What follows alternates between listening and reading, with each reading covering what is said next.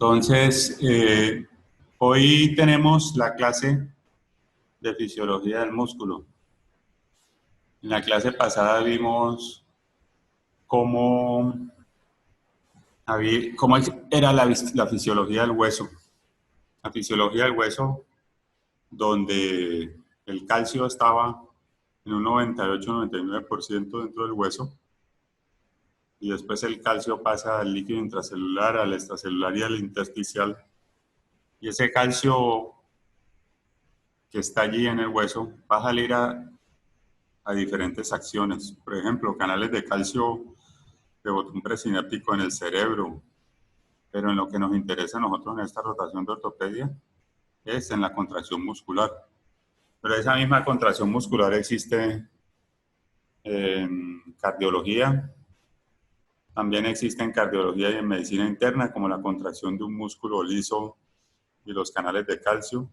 O también existe en este músculo estriado esquelético, para el sistema osteomuscular del que estamos hablando. El canal de calcio en el botón presismático va a funcionar liberando unos neurotransmisores. Unos neurotransmisores que van a estimular la contracción muscular.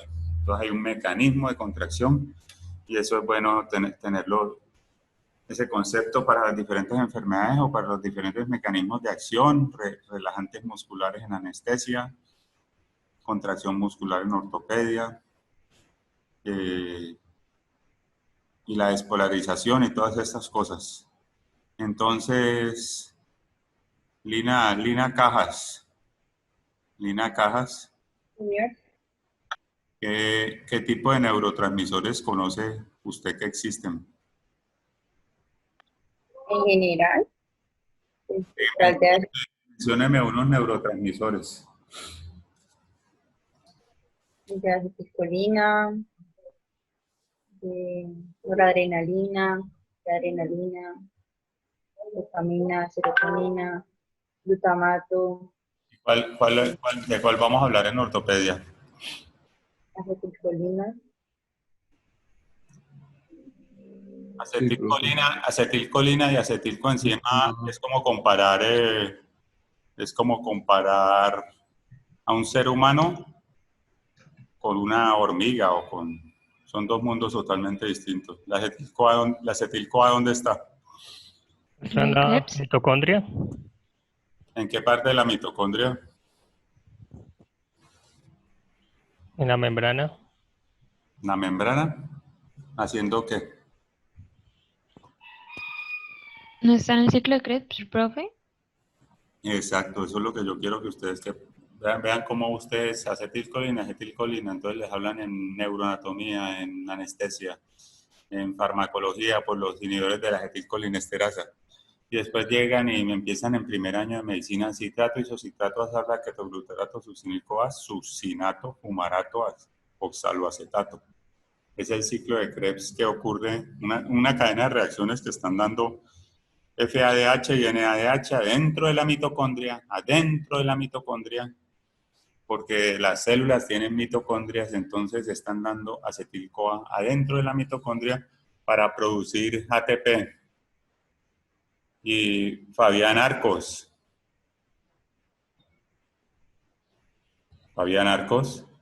Sí, profe.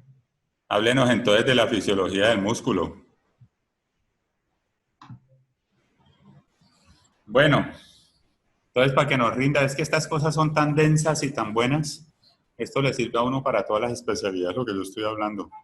Cuando lleguen a anestesia, a rotar allá en el hospital o las clases virtuales que tienen ahora, estas cosas les van a servir mucho, las arritmias en el corazón, pero estamos en ortopedia hablando de la contracción muscular, ese músculo que da acciones para que los músculos se muevan, ese mismo músculo que vemos en semiología, y ese mismo músculo estriado esquelético, que es una de las clases de músculos que existen.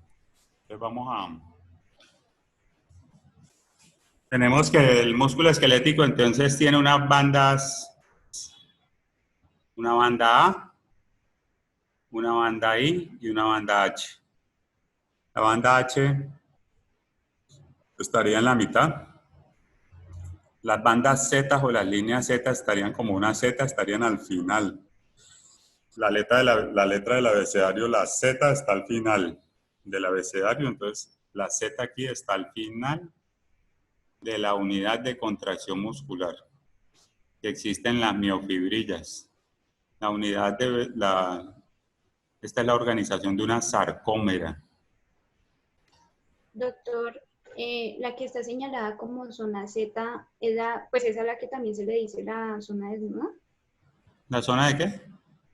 Zona desnuda, es que lo tenía así. O sea, digamos que no hay como esa unión entre los filamentos gruesos y delgados, entonces que por eso se le dice zona desnuda. Pero es lo mismo, o sea, ¿No es la zona H? Donde no hay cabezas de miocina. No, la zona H. Sí, eso, perdón, la zona H. Sí, la confundí. Pero sí sería eso, o sea, sería lo mismo que No, zona la H. zona H es esta, la zona H es la de la mitad, la línea Z es esta al final. La línea Sí, Z. es que la confundí. No, la línea Z es Pero aquí, entonces, la línea Z es aquí y esta sería la zona H. Esta sería la zona H. entonces la zona H sí sería zona desnuda. La zona H, pues, no, porque estas cadenas acá, por ejemplo, esta cadenita negra que estamos viendo acá, ella se va a cortar, ¿ya? Y la cadena gris que vemos en la mitad son las de miosina, las cadenas de miosina, unas cadenas gruesas de miosina. Y estas cadenas son las cadenas delgadas, las cadenas negras. Entonces las cadenas negras se van a ir acortando, se van a cortar así, se van a cortar así. Vean yo no sé si están viendo mi video. Yo no sé si ustedes ven las dos cosas. Entonces, se van a cortar las líneas Z, entonces estas líneas grisecitas de acá no van a cambiar de longitud. En cambio, estas líneas H sí van a cambiar de longitud, se van a acortar, porque estas cadenas pesadas se van a atraer a estas cadenas livianas. Entonces, esta línea de acá sí se va a cortar de longitud, esta línea de acá sí se va a cortar, pero esta línea gris de aquí no se corta. Entonces dice acá, la banda A, esta es la banda A, lo que pasa es que me quedó cortado aquí. La banda A es esta, la banda A se acorta. La banda A no cambia de longitud, la banda A no cambia de longitud. En cambio la banda I que es esta, la banda I sí se acorta y la banda H sí se acorta. Esas son preguntas típicas de los exámenes mundiales para saber si el estudiante conoce las diferentes bandas. Entonces acá tenemos que esto es una sarcómera, esto es una miofibrilla y estas son las líneas Z al final del abecedario, la línea Z al final de la sarcómera. Entonces hay una banda H que está en la mitad, esta sería la banda H. Y esta sería la banda A, la que junta las dos. Entonces la banda A no cambia de longitud, la banda A no cambia de longitud, la banda I sí se va a cortar durante la contracción y la banda H sí se va a cortar durante la contracción. Esa es una estructura como de microscopio electrónico de las bandas, pero después tienen una visión de la estructura ya más profunda, donde vamos a ver las cadenas de miosina, actina, tropomiosina y troponina. Entonces, lo vamos a ver en la estructura molecular más adelante, los cambios de la molécula, la estructura de miosina, actina, tropomiosina y troponina. Entonces, vean que estamos en ortopedia viendo la contracción muscular, pero cuando salten ustedes a cardiología o a medicina interna o a medicina familiar, uno de ustedes me va a decir, tengo un dolor en un hombro. Tengo un dolor en un hombro. Necesito saber si ese dolor puede ser uno de los dolores precordiales irradiados al hombro, o es para llamar al cardiólogo, o es que me duele el hombro para que me tomen una ecografía para llamar al ortopedista. Entonces, para diferenciar el médico de urgencias, ¿qué le debe pedir? ¿Qué examen de laboratorio le debe pedir? Es un diagnóstico. Molinas. Es un examen, exacto, Walter Martínez. Sí, señor. Sí, es un examen bioquímico. Es un examen bioquímico de laboratorio de unas moléculas que se llaman troponinas, que están en las cadenas delgadas que estamos viendo aquí. Las cadenas delgadas son las cadenas negritas. Esas cadenas negritas están hechas por troponina, tropomiosina y actina, que se va a juntar con la miosina. Entonces después yo estoy viendo esto en histología, después lo estoy viendo en fisiología y después lo veo en patologías. Entonces después voy a medicina interna y allá me dicen, las troponinas se aumentan en el dolor, en el infarto de miocardio y en las isquemias y en las necrosis en el infarto de miocardio. Se aumentan las troponinas, ¿ya? Y tienen una subida, tienen una bajada, las troponinas. Y también las creatinquinasa. La creatinquinasa también, CK, pero ahí le dicen creatinquinasa CKMB. Creatinquinasa, fracción miocárdico, tipo B. Como bien específica, ¿no? Porque la creatina es una molécula que le va a dar fosfatos al ATP para que ocurra la contracción muscular. Entonces llegan ustedes, vean cómo todo se le va revolviendo a uno. Entonces mi objetivo de mis clases es hacerlos caer en cuenta. Mis clases es hacerlos caer. Ustedes dirán, ¿y yo por qué empiezo la primera clase con ciclo de Krebs? Y por allá, y yo veo que estas cosas no tienen que ver con medicina. Y después me voy para ortopedia y me hablan de los huesos y de los músculos, y después salto a cardiología. Uy, no, los cardiólogos muy distintos a los ortopedistas. Pero resulta que no, todo esto se relaciona, todo se relaciona. Y por eso es que ustedes pasan de rotación en rotación. Y ustedes tienen que tener esos diagnósticos diferenciales claros en el caso de... Ahora vamos a ver de dónde vienen esas enzimas a lo largo de la clase. Entonces, esta es una célula de músculo que tiene un núcleo aquí y tiene unos canales que vienen desde la superficie. Unas membranas externas, unas membranas lipídicas externas por donde no pasa agua. Porque acuérdense que las membranas son de lípidos y tienen muchos núcleos. Y tiene adentro el mismo citoplasma, tiene miofibrillas, que son las que estamos viendo allí, y las miofibrillas van a tener esas cadenas de las que vimos en la foto pasada. Entonces, por ese sistema de túbulos se va a transmitir el potencial de acción. Acuérdense que en la clase pasada yo les dije, el sodio está afuera, el potasio está adentro. El sodio en el líquido extracelular tiene más o menos una concentración de 135 a 145 milequivalentes por litro. Ese sodio es el que va a marcar la osmolaridad de 280 a 300 miliosmoles. Y el potasio está dentro de las células, es 1 millón, es estrictamente, más que todo intracelular. Entonces, en un potencial de acción, el sodio va a tratar de entrar y el potasio va a tratar de salir, para que si entonces el mismo potencial de acción, le estamos hablando acá, se va a transmitir por esta membrana y va a ir bajando por los túbulos en T que se van metiendo como adentro de la célula para estimular, ¿están viendo la flechita mía? Sí, señor. Para estimular esta cosa que es una organela de la célula que se llama el retículo sarcoplásmico. Y ese retículo sarcoplásmico va a tener adentro de él mucho calcio.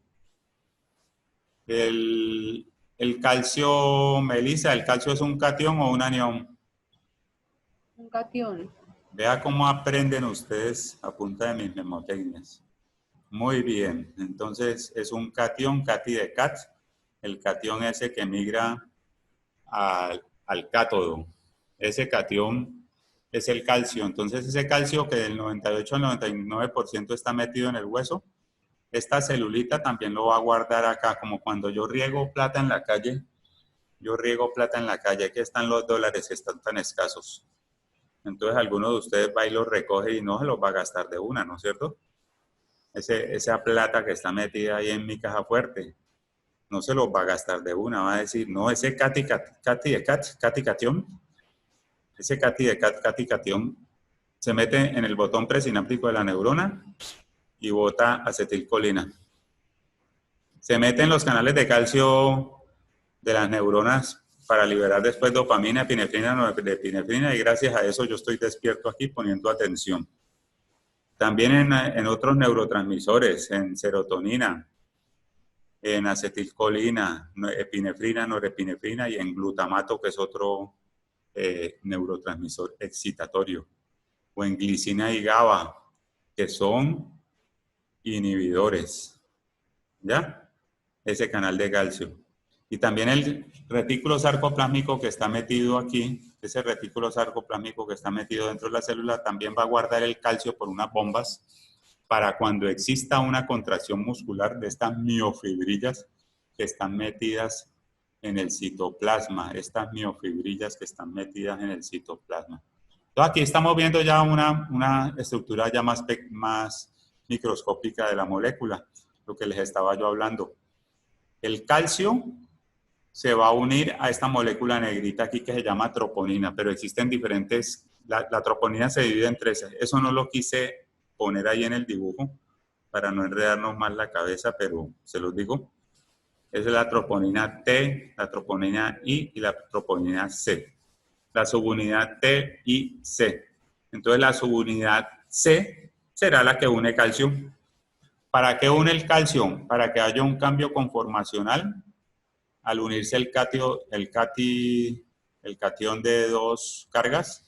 Se une acá, entonces esta cadena tropomiosina después se va a mover y va a dejar unos sitios activos aquí en la actina. Para que, estos son los sitios activos en la actina, para que la actina reciba a estas moléculas pesadas de miosina. Repito otra vez el mecanismo. El calcio se libera del retículo sarcoplásmico que está metido en el citoplasma. Cuando se libera del retículo sarcoplásmico, va a haber un cambio conformacional en esta troponina para que la tropomiosina, que es este lazo que está aquí, se mueva, ¿ya? Para que la tropomiosina se mueva y la miosina se pueda juntar a estas moléculas de actina y haya la contracción muscular. Angie Cristina Melo. Angie Cristina Melo. ¿Qué otras enzimas existen en un dolorcito de pecho? Que lo estoy confundiendo con un manguito rotador. ¿Qué otras enzimas cardíacas?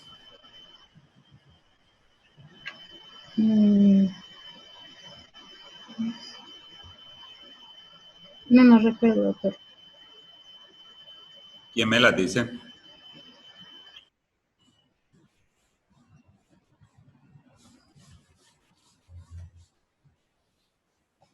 Digamos que yo tengo un dolor en el hombro. Yo tengo un dolor en el hombro ahora. Y yo llegué donde el doctor ortopedista. El doctor ortopedista no piensa sino en el hombro nada más. Porque él es de ortopedia. Pero le van a meter una demanda de 1.000 millones de pesos porque le va a decir al paciente tome Dolex. Lo va a mandar para la casa y cuando llegue a la casa se muere. Fallece. No usemos esa palabra tan horrible. Ese doctor no le pidió enzimas cardíacas. ¿Cuáles son las enzimas cardíacas?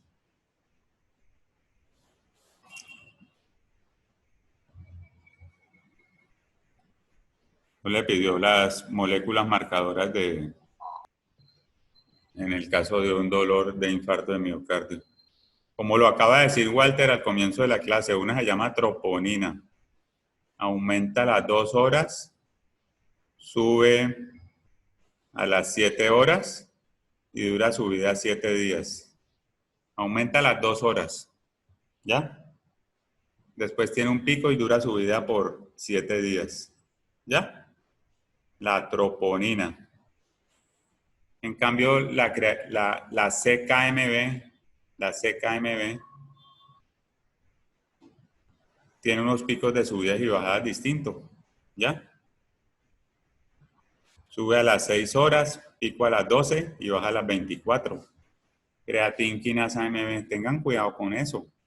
No vayan a pensar que porque van a rotar por ortopedia, van a echar al olvido el resto de la medicina. No vayan a pensar eso. Porque puede llegar un paciente con cojera de cadera y es un apéndice. puede llegar con dolor de espalda y es un herpes, puede llegar con Guillain-Barré, enfermedad neurológica. Entonces, en este caso tenemos las enzimas.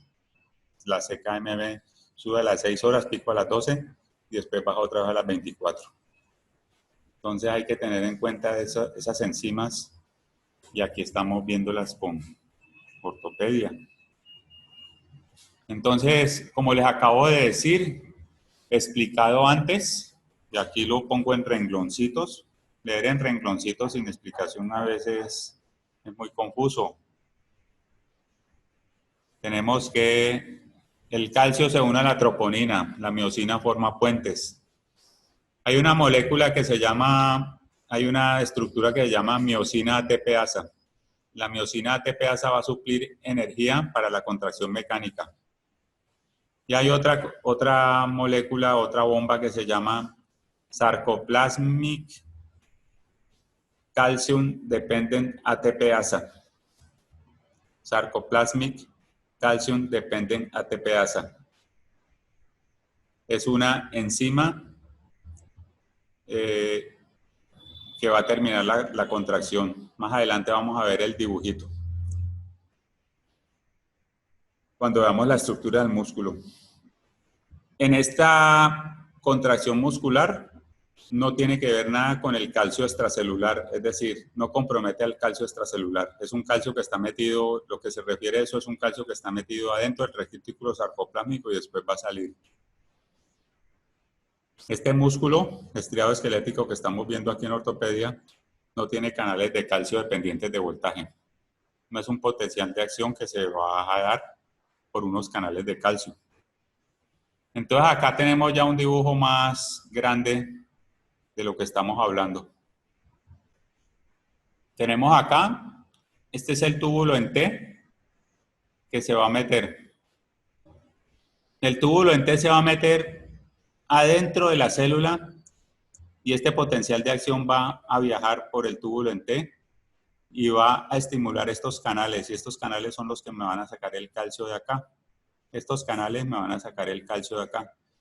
Esta zona de acá, esto se llama retículo sarcoplásmico, pero a esta zona de acá le dicen cisterna. Cisterna es como sinónimo como de piscina. Cisterna viene de la época de los romanos, eran como las piscinas, como sitios donde había agua, donde había... Esa es la definición de cisterna. Yo a veces cuando estoy leyendo esto, yo pongo Wikipedia, yo digo, bueno, ¿qué quiere decir una cisterna terminal? Entonces es el retículo sarcoplásmico el que tiene calcio. Entonces hay unas bombas, como vimos en la diapositiva pasada, hay unas bombas que van a meter el calcio otra vez cuando la contracción muscular termine. Las bombas van a meter otra vez el calcio hacia adentro del retículo sarcoplásmico para tenerlo como dinero, como dije ahora.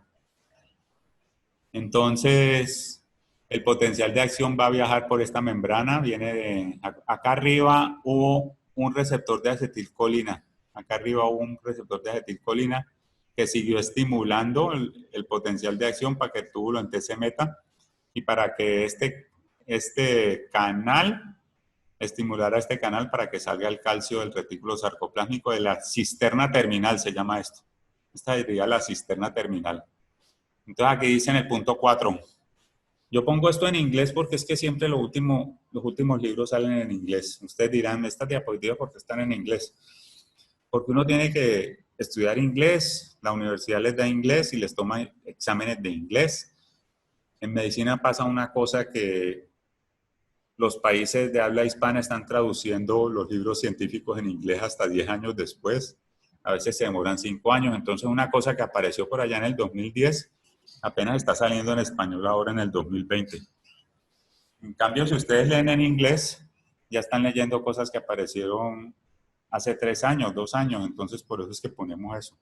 Y los libros de estudiantes siempre van detrás de los últimos descubrimientos de la medicina. No vayan a pensar que porque ustedes tienen 20 y pico de años, ustedes están desentendidos, ¿no? Porque ustedes cuando estemos nosotros viejos, cuando estemos más viejos todavía, ustedes van a ser los que van a descubrir nuevas cosas en el mundo. Por eso la universidad insiste en ustedes en investigación, porque esa es la manera como la universidad saca saca la cara en su nivel académico, ¿ya? Es la manera como la universidad saca la cara en su nivel académico y en sus nuevos descubrimientos. Entonces, digamos que apareció un premio Nobel en el año 90, que descubrió al receptor de rianodina, que vamos a mencionarlo ahora. Entonces, el premio Nobel, el supergenio de 70 años de edad, o sea, lo descubrió en su laboratorio después de 40 años de investigación. ¿Y qué pasa? El siguiente paso es meterlo en los libros de medicina y el siguiente paso es ponerlo en los libros de estudiantes que tienen 50 años menos que ese premio Nobel. ¿Para qué? Para que se vayan entrenando de que eso existe y para que descubran un nuevo gen, un nuevo cambio para esa enfermedad que está afectando tanto a la gente, para ese Duchenne, para esa enfermedad de Duchenne, como la que vamos a ver, para esas miastenia gravis, una nueva molécula terapéutica, porque ustedes vienen atrás y ustedes, el objetivo de ustedes va a ser ese. No solamente aprender, sino eso también. Entonces, aquí dice que el potencial de acción viaja por aquí y va a cambiar, induce a un cambio conformacional en un receptor sensitivo de voltaje de dihidropiridina, DHPR, y está mecánicamente acoplado a un receptor de rianodina. Este sería dihidropiridina, aquí sería dihidropiridina. Está mecánicamente acoplado. ¿Qué quiere decir mecánicamente? Que él tiene como un mecanismo de sacacorchos. Es como una mecánica. Va a destapar un corcho de acá para que el calcio salga del retículo sarcoplásmico. Entonces, calcium release, como dice aquí, from sarcoplasmic reticulum in the cytoplasm. La liberación de calcio del retículo sarcoplásmico en el citoplasma. La tropomiosina está bloqueando el sitio donde se va a unir la miosina. ¿Ya? Entonces el calcio se va a salir de ese retículo sarcoplásmico y se va a unir a la molécula de troponina C. Aquí sale troponina C. Entonces, liberando a la tropomiosina, causando el cambio conformacional después para que la miosina se junte a la actina formando un puente. El fosfato es liberado empezando la fuerza de contracción. Acuérdense lo que les dije en la diapositiva pasada, que la miosina era aquí, en este renglón. La miosina, hay una ATPasa en la miosina. Miosina ATPasa suple energía para la contracción muscular. Hay una ATPasa, entonces suple energía para esa contracción muscular. Entonces dice en el punto 7 que durante la contracción hay una fuerza que es producida porque la miosina va a jalar al filamento delgado. Como aquí dice, la miosina, este es el filamento delgado, todo esto es el filamento delgado. Se juntó la miosina aquí a la actina, entonces ella va a jalar con esa fuerza que tiene de la ATPasa, va a jalar al filamento delgado con esa fuerza que tiene de la miosina ATPasa que sacó un fosfato, ¿no? Entonces, la miosina se pega a la actina y ella va a viajar, va a jalar al filamento delgado. Entonces ocurre un acortamiento, con un acortamiento de la banda H y la banda I, que va a estar entre las líneas Z. Entonces, vean la memotecnia aquí que está en rojito. His, H y Z se acortan. Esa es una memotecnia. La banda His, H y Z, acortamiento. La banda H, la banda I y las líneas Z se van a acortar. En cambio, la banda A siempre va a permanecer en la misma longitud.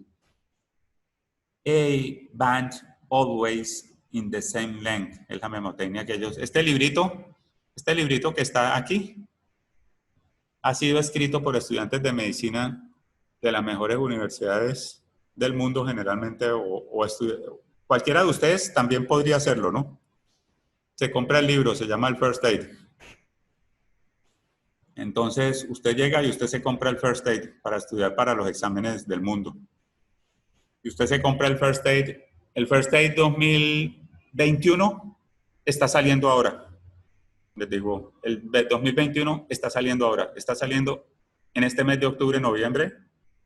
Entonces, usted llega y usted tiene el yo tengo el First Aid desde el año 89, 90. Desde el año, desde el año 99, que diga.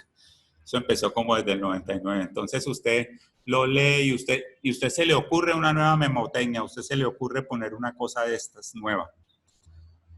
Porque es aficionado a todo esto. Entonces usted manda una carta y al final en el índice ponen el nombre de cualquiera de ustedes. Ingrid Bernal, Ani Caterín Rivera, Melissa Saldarriaga, Walter Martínez. Lo ponen en el índice del libro de que mandó eso. O que mandó a hacer una corrección.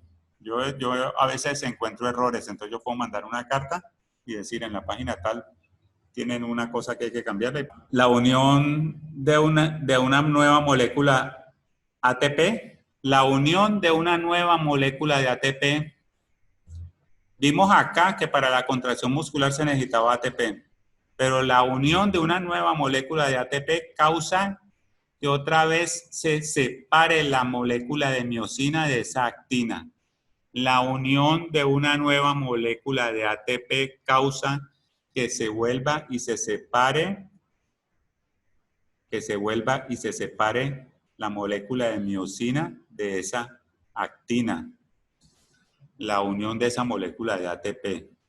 Entonces, ustedes han visto, cómo es un cadáver en el laboratorio en el anfiteatro de anatomía. Rígido. Pues de hecho, ese no es el ¿Quién me mecanismo por el cual se produce el complejo de rigor. Eso, van por delante, así me gusta, eso se llama rigor mortis. Así me gusta, entonces esa es la explicación. Entonces ustedes están leyendo todos los temas por delante, entonces ustedes ponen más atención, porque en esa faceta 7, si yo no tengo ATP, el ATP viene ¿de dónde? Viene de la primera clase que a mí me enseñaron en bioquímica cuando yo estaba empezando medicina. Me siento yo allá en bioquímica, entonces me dicen la glicólisis, glucosa 6-fosfato, fructosa 6-fosfato, fructosa 1,6-bifosfato, gliceraldehído, dioxiacetona y al final piruvato acetil-CoA, ¿ya? Esa es la glicólisis. La glicólisis me va a dar NADHs, me va a dar la glicólisis y me va a dar ATPs, la glicólisis que ocurre en el citoplasma. Y en el ciclo de Krebs otra vez citrato, isocitrato, alfa-ketoglutarato, succinil-CoA, succinato, fumarato, malato, oxaloacetato.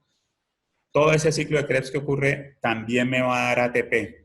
Entonces, si yo no tengo bien ese metabolismo de productor de energía, si no tengo ATP, yo quedo así. Yo quedo tieso. Y esa es la definición de rigor mortis.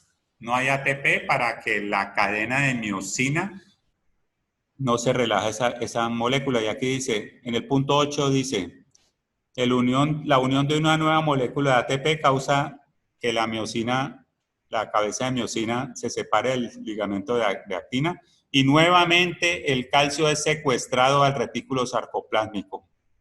¿Ya?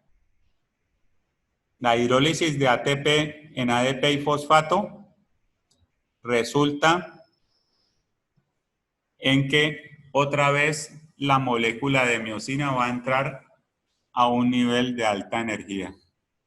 Ese ATP que llegó acá para que se liberara la molécula de miosina del filamento delgado de actina, va a llegar acá para que se libere y esa hidrólisis va a ocasionar otra vez que la miosina entre en un nivel de alta energía. Esto es una cosa compleja, lo que yo les estoy diciendo ahora. Pero yo sé que varios de ustedes ya me están entendiendo lo que estoy hablando. Lo importante es que tomen el concepto y estos temas de fisiología exigen que uno esté como en condiciones mentales óptimas. y que tenga un buen método de estudio. Y de pronto los que no me están entendiendo del todo, yo sé que van por buen camino también. Entonces lo que uno hace es que uno por las mañanas, cuando está más despierto, uno vuelve y abre ese PDF y vuelve y repite todas las partes y lee todo y cada vez va aprendiendo más. Este temita de la fisiología es el temita de la razón, mejor dicho. Todo el mundo le tiene fastidio porque hay que pensar. Aquí yo no le estoy diciendo 1 más 1 es igual a 2, sino que tengo que tener un razonamiento y estar repitiendo todo el concepto. Cuando yo les enseño a ustedes, yo también cada vez aclaro más. No vayan a pensar que yo domino esto al pelo, ¿no? Pues sí lo leo continuamente, pero a mí también me pueden rajar. Entonces, aquí vemos eso. Esto es como un corcho. Viene el potencial de acción de acá por el músculo esteroesquelético. Este es el túbulo en T.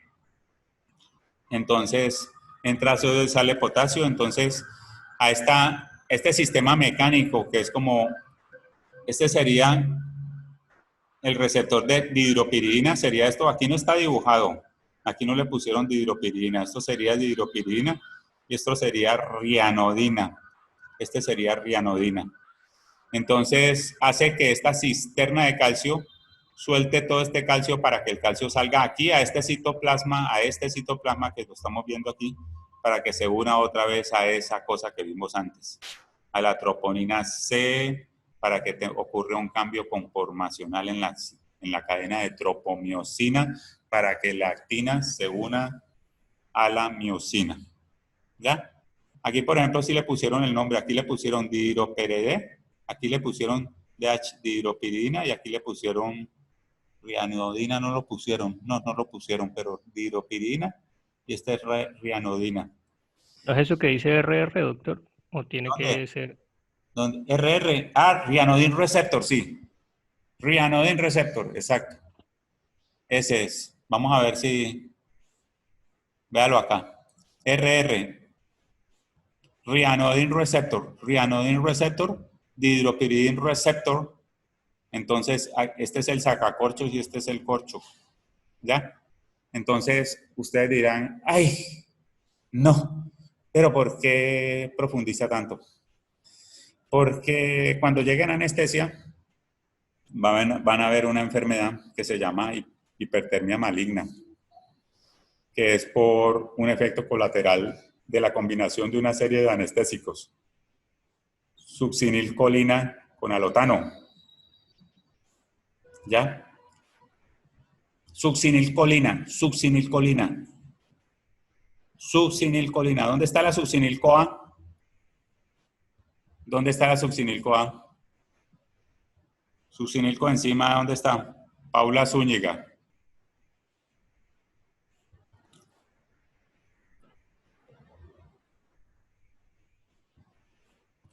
¿Dónde está la succinil-CoA? Doctor, esa está en el ciclo de Krebs. Exacto. Citrato, isocitrato, alfa-ketoglutarato, succinil-CoA, succinato, fumarato, malato, oxazolacetato. ¿Ya? Ciclo de Krebs. Y la succinilcolina, en cambio, tiene que ver con la contracción muscular. Son dos nombres distintos. El objetivo de las clases mías es que ustedes,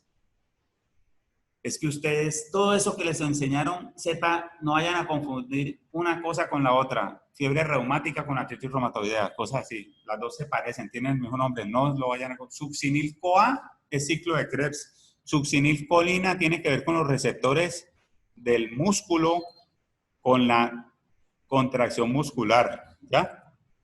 Succinil-CoA. Entonces estoy diciendo que estos receptores tienen que ver con una enfermedad que se llama la hipertermia maligna, que es una enfermedad donde mezclan alotano, que es un gas anestésico, alotano, con succinilcolina. Hipertermia maligna tiene que ver con un gen de ese receptor. Entonces, yo les estoy hablando de los receptores ahora. Estamos en el año 2010. Les estoy hablando de los receptores y de pronto me dicen a mí, No, es que Valentina Echeverry acaba de encontrar el gen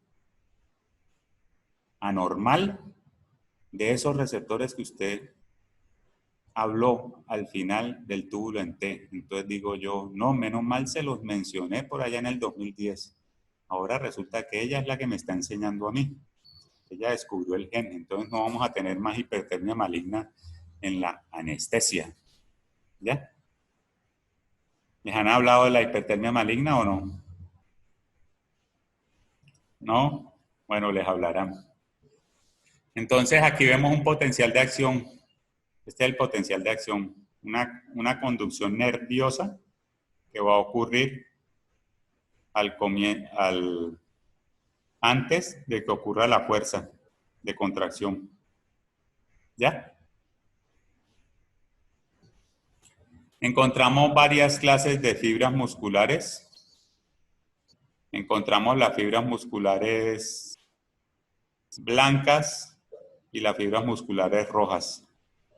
Las fibras musculares blancas están generalmente en los músculos de mayor poder a corto plazo, como los músculos, por ejemplo, extraoculares o los músculos de un corredor de la carrera de los 100 metros planos.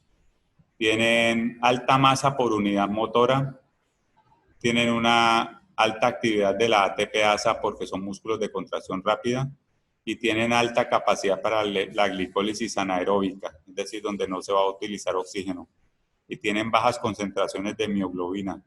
En cambio, las fibras rojas son menos poderosas, pero están utilizadas para carreras de resistencia, como por ejemplo una maratón, o para estar parado todo el día, por ejemplo un músculo sóleo. Los músculos, fibras blancas podrían ser los músculos como el cuádriceps o los movimientos extraoculares.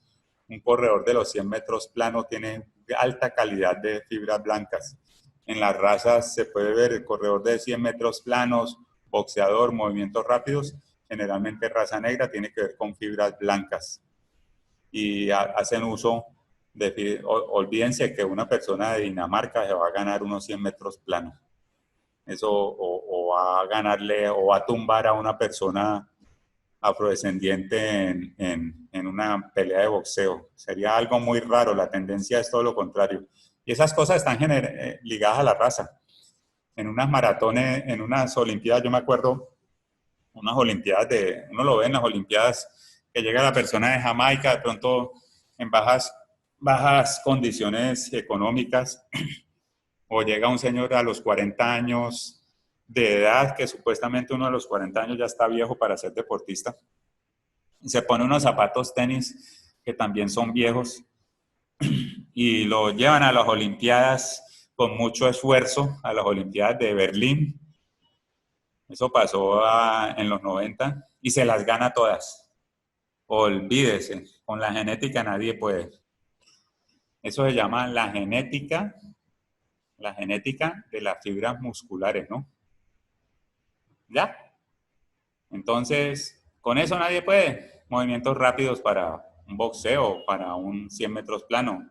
Pero resulta que de pronto los amarillos, los orientales, también se ve, yo lo he visto mucho en los indígenas, nosotros los mestizos también. Tenemos alta capacidad para la maratón, para la carrera larga, ¿no? Entonces, nosotros tenemos un sistema de mitocondrias. A mí no me gusta estar leyendo los renglones a toda hora. Muchas mitocondrias, que es donde está el ciclo de Krebs, ¿ya? Entonces, tenemos bajas moléculas de mioglobina, que es la que transporta, es una proteína globular que transporta las moléculas de oxígeno en la sangre. Alta cantidad de moléculas de mioglobina. ¿Ya? Entonces, esa mioglobina que va a ser la molécula, una molécula parecida a la de hemoglobina. La hemoglobina la dibujamos como alfa 1, alfa 2, beta 1, beta 2. Esta sería una molécula parecida, estructural, de proteínas, que le va a dar el color rojo a ese músculo que tiene muchas mitocondrias y tiene muchos ciclos de Krebs. Tiene menos ATP-ASA, son unos músculos que van a funcionar a largo plazo, entonces me van a mantener a mí parado, me van a mantener a mí corriendo en el maratón.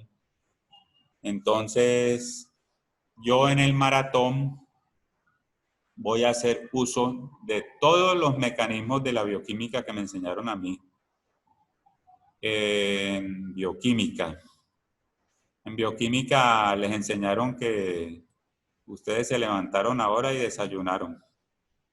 Entonces, en las primeras horas hicieron uso de la glicólisis y después llegamos y nosotros íbamos y son las 10 de la mañana y entonces yo ya voy a hacer uso de la glicogenólisis. El glicógeno está metido en el citoplasma de las células y va a sacar glicógeno, voy a sacar glicógeno, glucosa de ese glicógeno, que son unas cadenas que están en el citoplasma de las células, especialmente en el músculo y en el hígado. Voy a sacar glucosa de esas cadenas que están en el citoplasma. A las 10 de la mañana la voy a sacar del hígado y lo voy a sacar de los músculos. A las 10 de la mañana. Después a la 1 de la tarde, 2 de la tarde o 4 de la tarde voy a empezar a hacer uso de la gluconeogénesis. Gluconeogénesis sería como si la última molécula de la glicólisis, que está por allá, el piruvato y la acetil-CoA que va a entrar al ciclo de Krebs, ese piruvato se devolviera otra vez a ser glucosa. Yo les dije ahora, glucosa 6-fosfato, fructosa 6-fosfato, fructosa 1-bifosfato, es la glicólisis. Y el piruvato se va a devolver otra vez a producir glucosa, eso sería la gluconeogénesis. O si salgo yo a correr maratón, cuando vaya por el terminal de transportes a las salidas de Jamundí, cuando vaya por el terminal de transporte,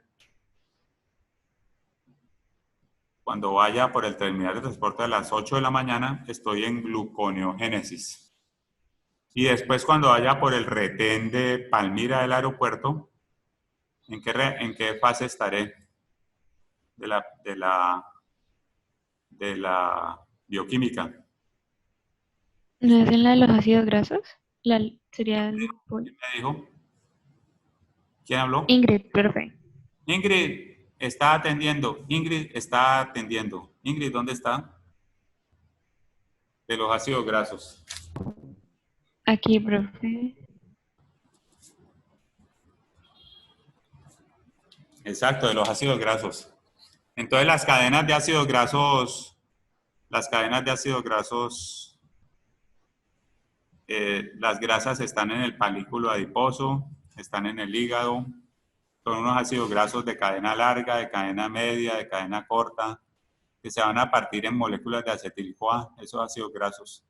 De acetil-CoA para que vaya y entre a los metabolismos de los que acabamos de hablar. Los ácidos grasos vienen del hígado, vienen del panículo adiposo, vienen del músculo también.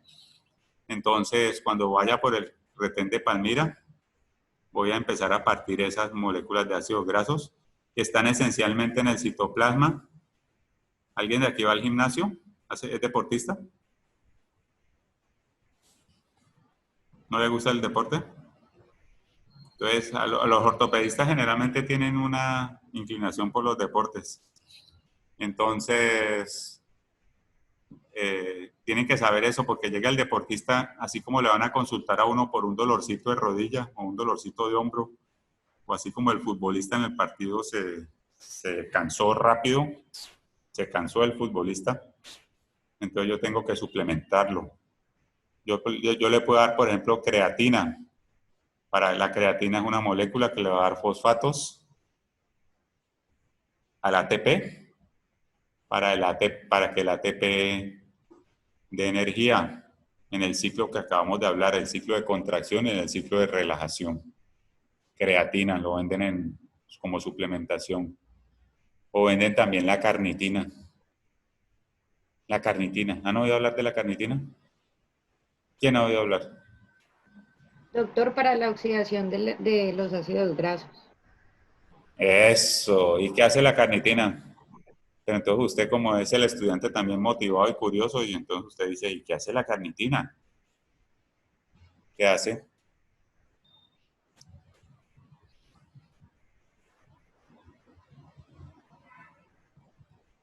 ella transporta los ácidos, o sea, los ácidos grasos, los transporta hacia la mitocondria para producir energía.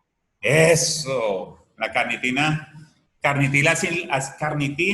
carnitin aciltransferasa se llama la molécula que está entre el citoplasma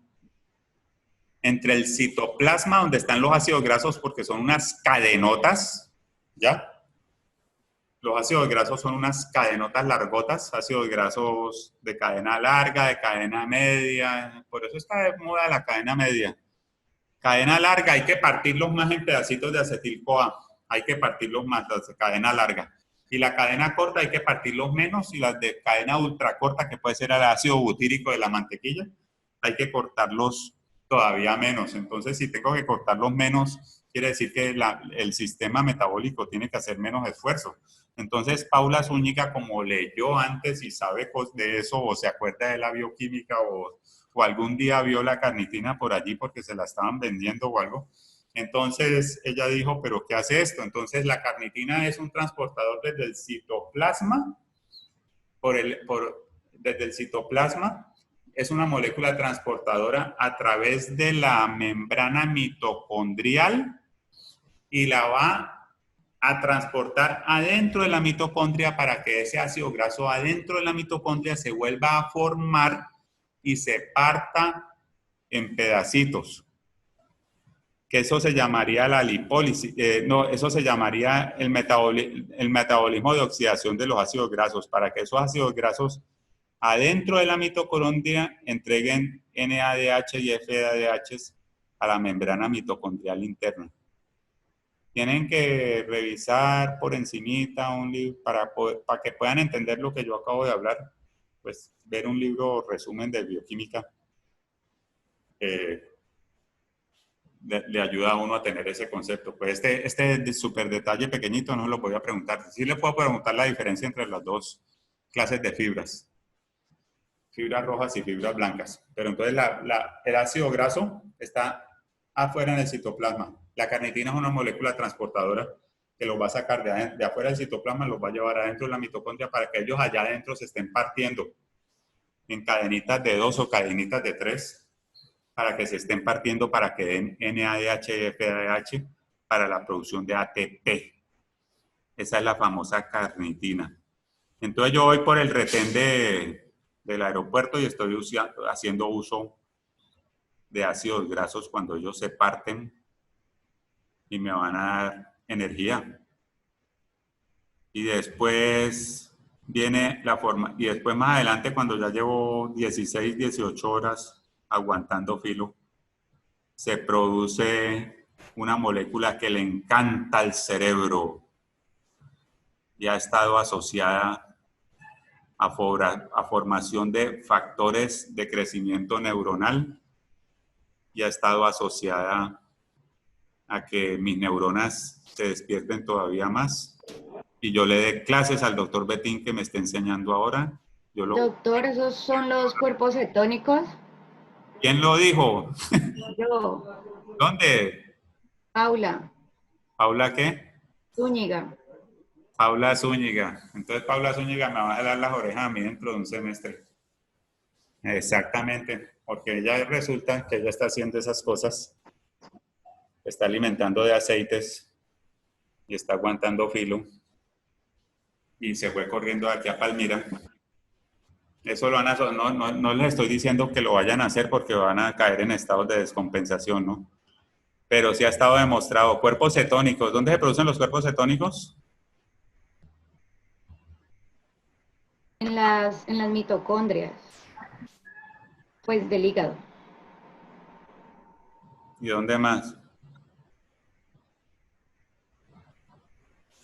Esa es una reacción, yo sé que ustedes no la conocen y la mayoría de gente no la conoce. Pues los cuerpos cetónicos, cuando una persona tiene diabetes, hay dos tipos de diabetes, diabetes tipo 1, diabetes tipo 2. Diabetes tipo 2 está asociada a autoanticuerpos contra las células beta. Diabetes tipo 1 es insulinoresistencia. Entonces una persona tiene diabetes. Entonces si yo tengo diabetes, tengo mal el receptor de insulina. Mi receptor de insulina no funciona y no me mete glucosa a las células. Entonces yo vivo haciendo uso de las grasas. y se forman cuerpos cetónicos porque pues hago uso de las grasas. ¿Dónde se puede formar? En un mal mecanismo del sistema de insulina y glucosa, en un enfermo de diabetes. Y también se puede formar si yo me voy corriendo de aquí a Palmira y llevo 18 horas de no comer, entonces los cuerpos cetónicos se van a formar en un sistema del hígado, de las mitocondrias del hígado, y van a viajar esos cuerpos cetónicos de afuera, de adentro de la mitocondria del hígado, van a viajar al sistema periférico y van a utilizarlos mucho. El cerebro ama a los cuerpos cetónicos. Si usted le pone a un cerebro lo que ustedes desayunaron esta mañana, pan con Coca-Cola, pan francés con Coca-Cola y pan de bono, ¿ya?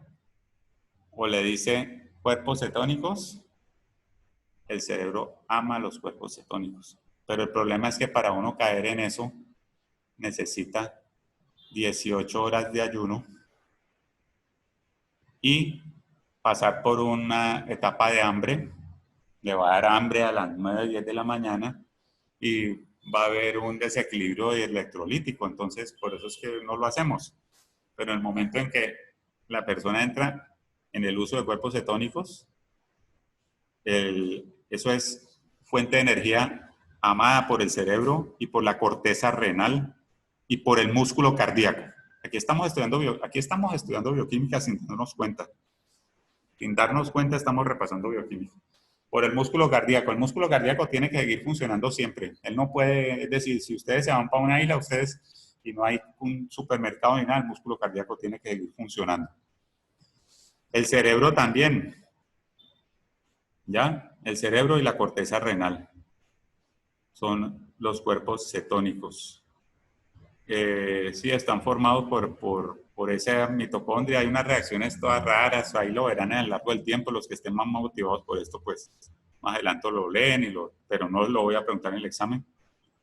Pero los cuerpos cetónicos se ven después de ese tiempo. Entonces, en ese corredor podría hacer uso de eso. Entonces, esas últimas fibras del corredor, ¿cuáles eran? ¿Cuáles fibras eran? ¿Las blancas o las rojas? Las blancas. Las blancas, eso, bueno. Precisamente aquí está la banda I, la banda A, la banda H en la mitad. Entonces, lo que acabamos de decir, las líneas Z están al final. Aquí está en color. Aquí lo tenemos en color. Entonces, en rojito tenemos las cadenas de miosina. En rojito tenemos las cadenas de miosina. Después en grisecito tenemos los filamentos delgados que se van a ir contrayendo. Y tenemos estas membranas de los túbulos en T que se meten por dentro de la célula por donde viaja el potencial de acción. Estas serían las miofibrillas que tienen esas mismas bandas que mencionamos al comienzo de la clase. Y en la membrana de una célula en el músculo se llama sarcolema. Esta membrana se llama sarcolema y esta célula muscular va a tener muchos núcleos. Va a tener muchos núcleos, va a ser multinucleada, no va a ser de un solo núcleo. Entonces acá tenemos el túbulo en T que se mete, la cisterna terminal es como el terminal donde está el calcio y este es el sarcolema, las miofibrillas están de rojo. ¿Ya? Después tenemos la estructura grande que vimos, la miosina, las cadenas de miosina que van a recibir al ATP para desdoblarlo en fosfato y ADP para que me dé energía para la contracción muscular que va a existir más adelante.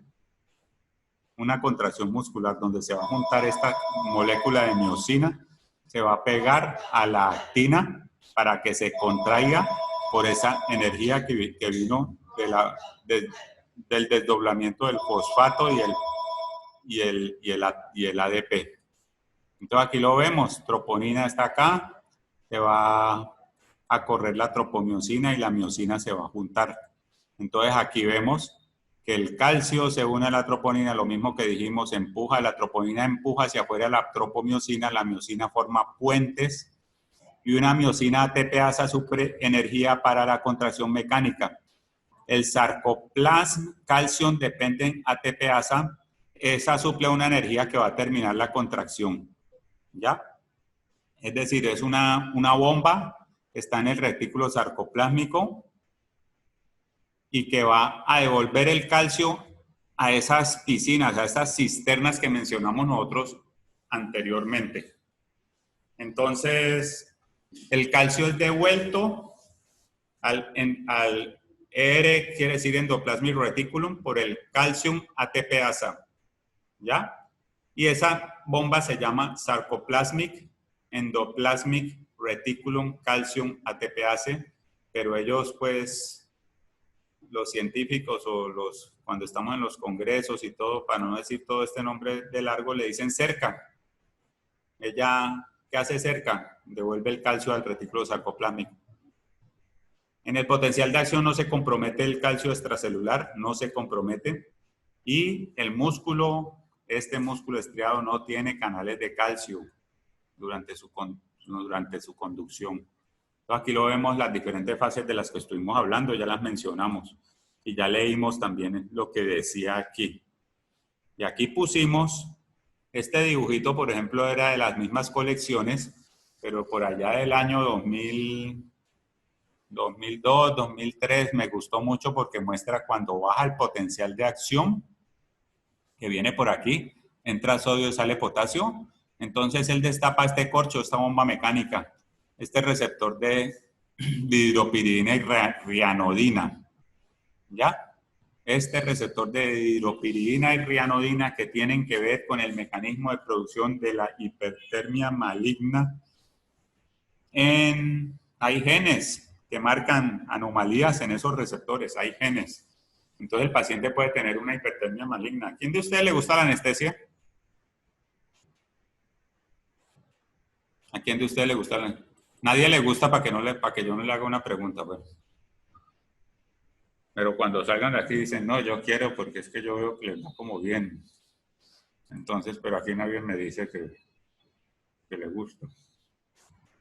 El anestesiólogo, para no meterse en el problema de la hipertermia maligna, durante una anestesia, tiene que preguntar a los familiares si han tenido complicaciones en cirugías previas, ¿no?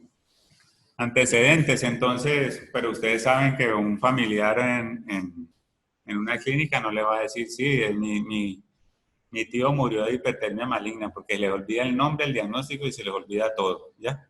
Si usted es un anestesiólogo y usted cree que su familiar le va a decir si es que mi tío se murió porque tenía una anomalía en el gen de rianodina, pues ni sueñen que les va a llegar ese familiar diciéndoles eso. Ni sueñen que les va a llegar diciendo mi familiar tuvo una hipertermia maligna. Ni sueñen. Sí, pero sí les pueden decir, se complicó en cirugía, se maluqueó. Le pusieron una anestesia y murió. Le dio una fiebre y lo tuvieron que meter a la UCI. Una fiebre con taquicardia e hipertensión. Entonces usted como anestesiólogo, usted como estudiante de medicina piloso, se acuerda de todo lo que le enseñaron y dice, tengo que hacer una investigación para una hipertermia maligna y tengo que tener el antídoto para eso al lado en mi botiquín que se llama dantrolene. Tiene que estar atento, tiene que estar poniendo atención y uno anda como un detective. Ah, no, este señor no sabe leer ni escribir, el señor que acaba de llegar, pero me está diciendo que un familiar se le murió por allá en una anestesia en Pueblo Tapado. Entonces yo tengo que tener cuidado con ese diagnóstico. ¿Ya? Entonces aquí está otra vez lo mismo de lo que hablábamos. Vean lo que aquí, este es el túbulo en T. Aquí sí pusieron DHP y aquí pusieron RR. ¿Sí lo pusieron o no? Ustedes que tienen más ojos que yo. DHP, RR, vean. RR cerrado. RR está cerrado y después el RR está abierto. ¿Para qué? Para que salga calcio. Y aquí está cerca. ¿Cerca qué hace? Va a devolver el calcio a la cisterna. Cisterna viene, el término cisterna viene de épocas del Imperio Romano. Eran las piscinas allá. Las piscinas donde ellos se echaban a bañar después de los baños turcos y los saunas y los baños turcos y todas. Entonces eran las piscinas. Estas son las famosas cisternas. Las cisternas que tienen calcio para que el calcio después vuele por aquí. Aquí se ve mucho mejor, ¿no? Bueno. Pero entonces, después tenemos que hay un potencial de acción Este es el potencial de acción. Entra sodio, sale potasio, pero después viene la contracción, la curvita de la contracción. Esta es una edición, por ejemplo, del 2002-2003. Así como les dije que esto era una edición del 2002-2003. Después la mejoraron los estudiantes, como les digo yo a ustedes. Entonces, ustedes pueden hacer eso. Esas son ideas que le estoy dando a la misma universidad de ustedes. Y después usted se va con donde su decano, su rector de la universidad, le dice, yo estoy en el índice de este libro. Yo estoy en el índice de este libro y yo mandé esa carta para que pusieran este dibujo mejor así. Este dibujo apareció en el año 2018, 2019. Este era el que estaba antes. Este estaba antes, entonces potencial de acción antes de la contracción muscular. Y este apareció después. Potencial de acción, se libera calcio por el retículo sarcoplásmico. Esta es la subida de calcio. Y después ocurre la fuerza. La línea azulita es el potencial de acción. Se libera calcio en el citoplasma y después ocurre la fuerza. Estos son dibujos de los libros de fisiología, ¿no? Entonces tenemos que, comparando al músculo cardíaco con el potencial de acción del músculo estriado-esquelético, el potencial de acción del músculo estriado-esquelético es muy corto. Entonces, ¿qué quiere decir eso? Que el potencial de acción del músculo estriado-esquelético puede tener múltiples potenciales de acción. El potencial de acción del músculo cardíaco era como así, cuando se lo enseñaron a ustedes. Una curva como así, más ancha. Este potencial de acción es más corto. Hay un retraso entre el potencial de acción y el inicio de la contracción. Hay un retraso. Y la tensión sería la fuerza activa de la contracción del músculo. El músculo se puede tetanizar de dos modos.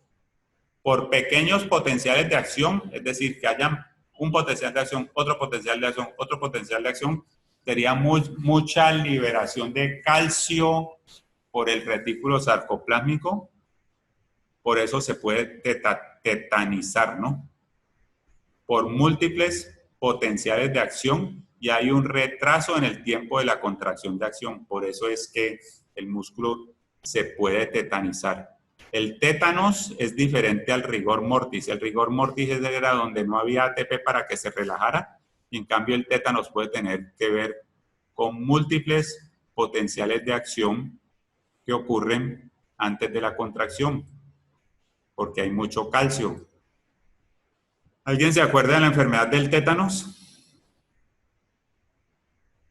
¿Quién se acuerda del tétanos? ¿Quién se acuerda del tétanos? ¿Quién me puede decir del tétanos? ¿Cómo se transmite el tétanos? ¿Cómo se transmite el tétanos?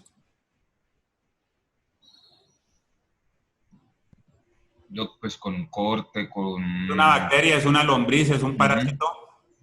Es un Clostridium tetani. Clostridium tétanos. Es una toxina. Toxina tetánica. Clostridium. Gran positivo, gran negativo. Gran positivo. Cocobacilo gran positivo dentro de la clasificación de las bacterias. Entonces, digamos, ¿y por qué estoy hablando yo en ortopedia de tétanos? Porque es que cada vez que me llega una lesión por una herida o una fractura expuesta, grado 1, grado 2, grado 3, una herida por cuchillo, los dos, tengo un tendón, otro tendón y tengo una fractura expuesta. Entonces yo tengo que preguntarles, ¿le pusieron toxoide antitoxina? ¿Para qué? Para una bacteria que es un cocobacilo gram positivo. Entonces yo pasé por micro, entonces me enseñaron que el Clostridium tetani era un cocobacilo gram positivo.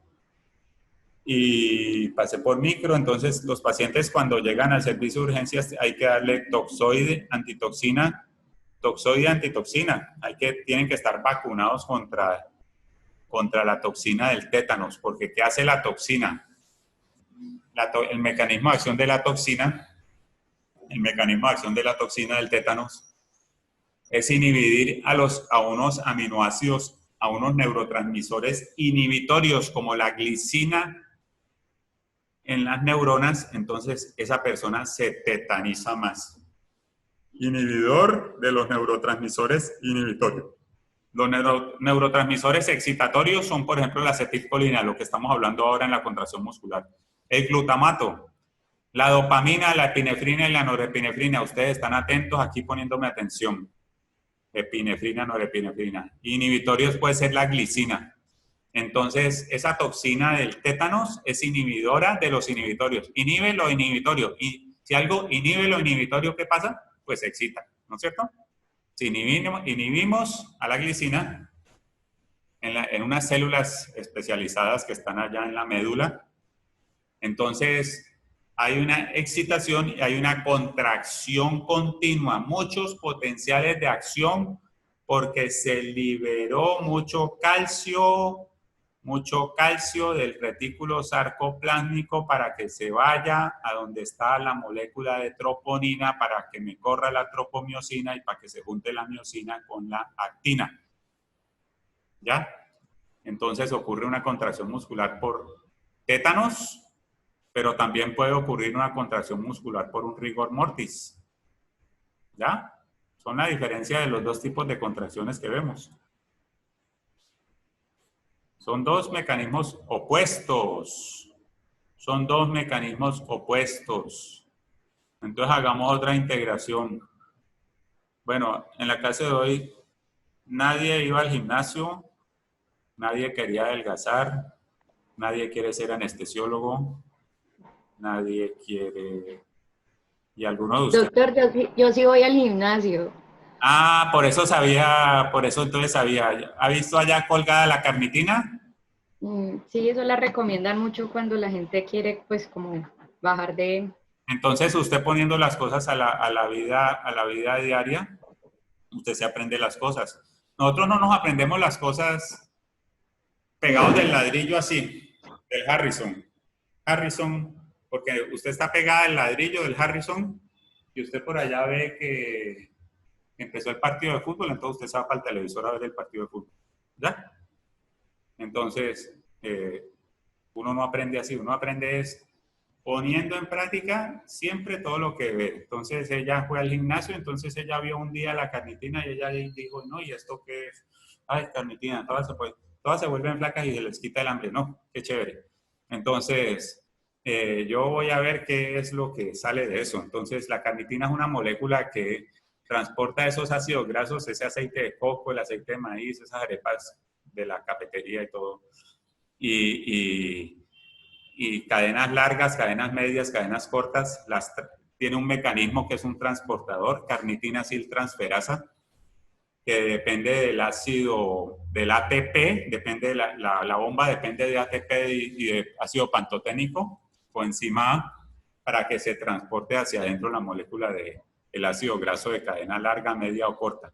Y después cuando esté adentro de la mitocondria, en presencia otra vez de otras enzimas, se va a partir en ladrillitos. Si yo me como un ácido graso de cadena corta, voy a necesitar partir menos. Si me tomo un ácido graso de cadena larga, como el aceite de oliva, voy a necesitar partir más.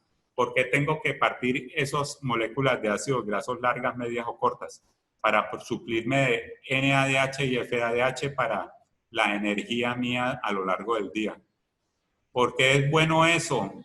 Porque es bueno esa utilización de los aceites o de las grasas. No tiene que ver nada con picos de insulina. De pronto, si yo me desayuné un pan francés con una Coca-Cola, a la hora del desayuno, yo tuve un pico de insulina.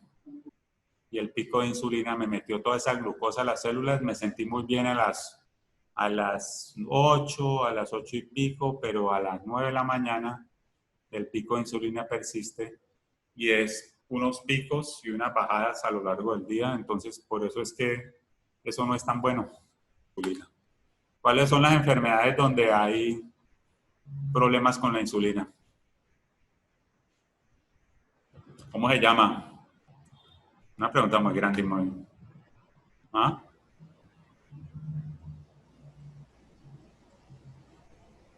¿Cómo se llama? Diabetes, ¿no? Diabetes tipo 2, resistencia a la insulina. Diabetes tipo 1, autoanticuerpos contra las células del páncreas.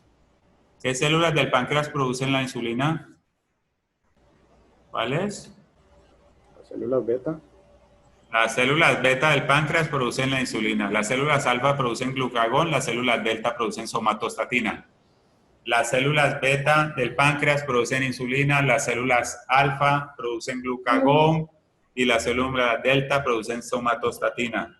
Las células beta están en los islotes de Langerhans del páncreas, que son más o menos el 2% del páncreas. El páncreas pesa 75 gramos. El páncreas pesa 75 gramos o 3 onzas. Una onza es igual a 30 gramos. Entonces el páncreas pesa 75 gramos y nada más el 2% del páncreas, solo el 2% del páncreas está de los islotes de Langerhans. Los islotes de Langerhans ocupan solamente el 2% de ese páncreas. Y los islotes de Langerhans tienen, dentro del islote, tienen células alfa que producen glucagón, células beta que producen insulina y células delta que producen somatostatina. Entonces, Paula, la diabetes tipo 2, ¿cuál es más genética, la tipo 1 o la tipo 2? ¿Cuál está más asociada a la genética? La tipo 2. La tipo 2. ¿Y cuál tiene autoanticuerpos contra la célula beta? Anticuerpos contra la célula beta. La tipo 1, ¿ya? Esos anticuerpos contra la célula beta acaban con todas las células beta, entonces yo voy a estar en ketogénesis. Yo no voy a usar glucosa por el sistema del receptor de insulina. No la voy a usar, eso yo no lo veo. La tipo 1 es autoanticuerpos contra la célula beta, es de jóvenes. La tipo 2 es como si ustedes, la tipo 2 van a ser todos esos pies diabéticos que van a ver ustedes más adelante. La tipo 2 es que entonces yo le pregunto ahora a Melissa, ¿qué desayunó? Entonces ella me dice, no, yo tengo 20 y pico de años, yo desayuné pan de bono con Coca-Cola. Y después me dice a los 30 años, yo seguí desayunando lo mismo. Después me dice Camilo Ospina, me dice lo mismo, yo desayuno Coca-Cola con pan de bono y pan francés. Entonces, si yo tengo 30 años, yo estoy sano, y a los 35 sigo sano, pero estoy haciendo uso de ese sistema de insulina que es nada más el 1% del páncreas, el 1%, el 2% son los islotes de Langerhans y las células beta son un porcentaje chiquitico, es la mitad de ese islote. Entonces me la paso toda una vida en esas, disparándome insulina de una manera continua porque tengo una dieta alta en carbohidratos y como 4 y 5 veces al día. Entonces después viene, esa insulina está disparada continuamente y los receptores de insulina están funcionando, entonces viene una resistencia a esa insulina que se está moviendo tanto. Por eso es que dicen que la tipo 2 es la insulinoresistencia.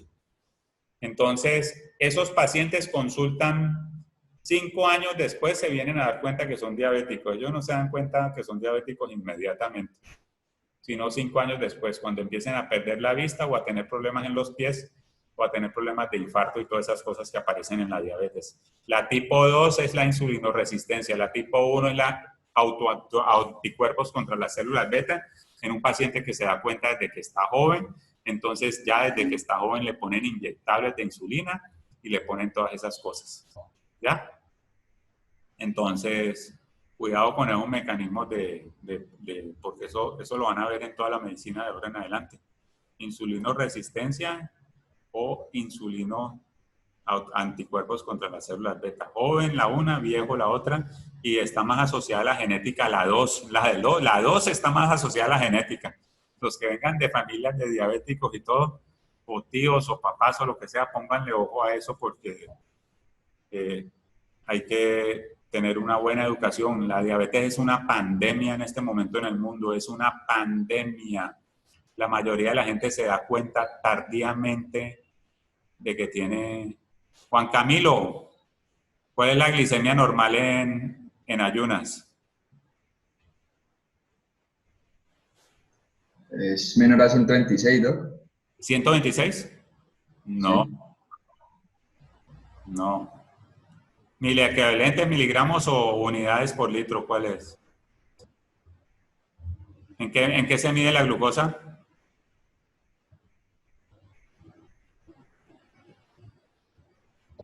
¿En gramos sobre decilitros? Mil equivalente.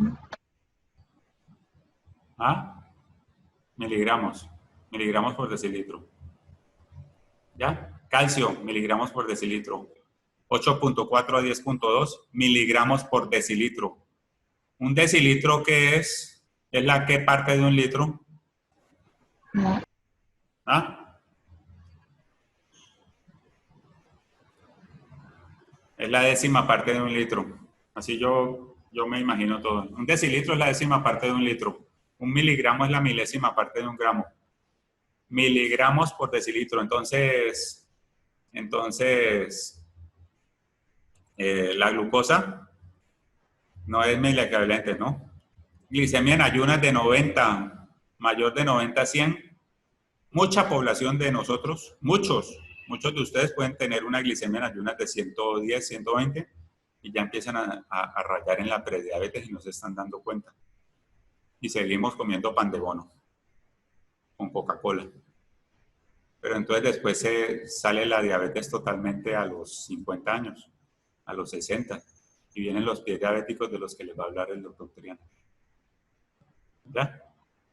Entonces, es una enfermedad. ¿Y a quién le gusta la cirugía plástica? ¿A nadie? ¿A nadie le gusta nada? ¿Entonces qué van a hacer, astronautas?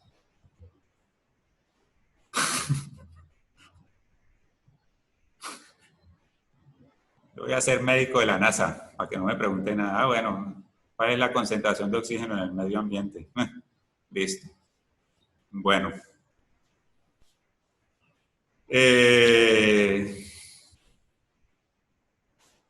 Cuando a una persona tiene arrugas en la frente, en los ojos, acá, ¿cuál es el mecanismo de acción de la toxina botulínica? Toxina botulínica. O en la parálisis cerebral, en ortopedia tenemos pacientes con contracturas musculares y hay que quitarles las contracturas o quitar las arrugas de las contracturas del músculo. Ajá. La toxina botulínica. Lo que impide es que se liberen como las vesículas con el neurotransmisor, en este caso pues la acetilcolina. Eso. Pues como no se libera, pues no se va a producir contracción muscular. Eso, entonces la toxina botulínica viene del Clostridium botulinum. ¿Cuáles son los clostridios que existen? Clostridium tetani, botulinum, perfringens, difficile. ¿Ya? Clostridium tetani, tétanos, que lo acabo de decir ahora. El tétanos es una enfermedad que ocasiona trismos, risa sardónica, contracción continua. Risa sardónica es como risa de sádico. Risa sardónica quiere decir risa de sádico, que yo cada vez que les hago una pregunta fácil, yo me río como un sádico. ¿Ya? Entonces yo me río, el paciente llega así, pero con una sonrisa como el paciente llega así. Como riéndose, pero riéndose con maldad. Eso es la definición de risa sardónica. Contracción de los músculos de la cara por un tétanos continuo. El Clostridium tetani, entonces dijimos, bloquea los aminoácidos inhibitorios y ocurre un tétanos. Y como acaba de decir Walter Martínez, la toxina botulínica viene del Clostridium botulinum, ¿ya? Viene del Clostridium botulinum. Y la toxina botulínica inhibe la liberación de moléculas de acetilcolina en el botón presináptico. Entonces, si inhibe, entonces digamos que el protagonista de novela de los años 95 quiere seguir siendo protagonista de novela, pero ya tiene arrugas. Entonces va y se coloca toxina botulínica, que se la coloca acá para que los músculos se relajen y se borren las arrugas. ¿Por qué se relajan? Porque esa toxina se la inyectan, es tomada de la bacteria y va a inhibir la liberación de acetilcolina en el botón presináptico para que los músculos de la pata de gallina y de la frente y de la cara no se contraigan. Pero lo que pasa es que siguen pidiendo, ¿no? A los 6 meses hay que ponerles otra vez, hay que ponerles otra vez. Y algunos quedan con la cara totalmente aplanada, entonces eso se nota. Cara de muñeco, se llama eso. En cirugía plástica, ¿no? En ortopedia, cuando tenemos los pacientes con parálisis cerebral que tienen contracturas, ya llegan caminando así, tienen contracturas, a veces les ponen acá también para evitar las contracturas. Pero después a los 6 meses los fisiatras tienen que volver a poner.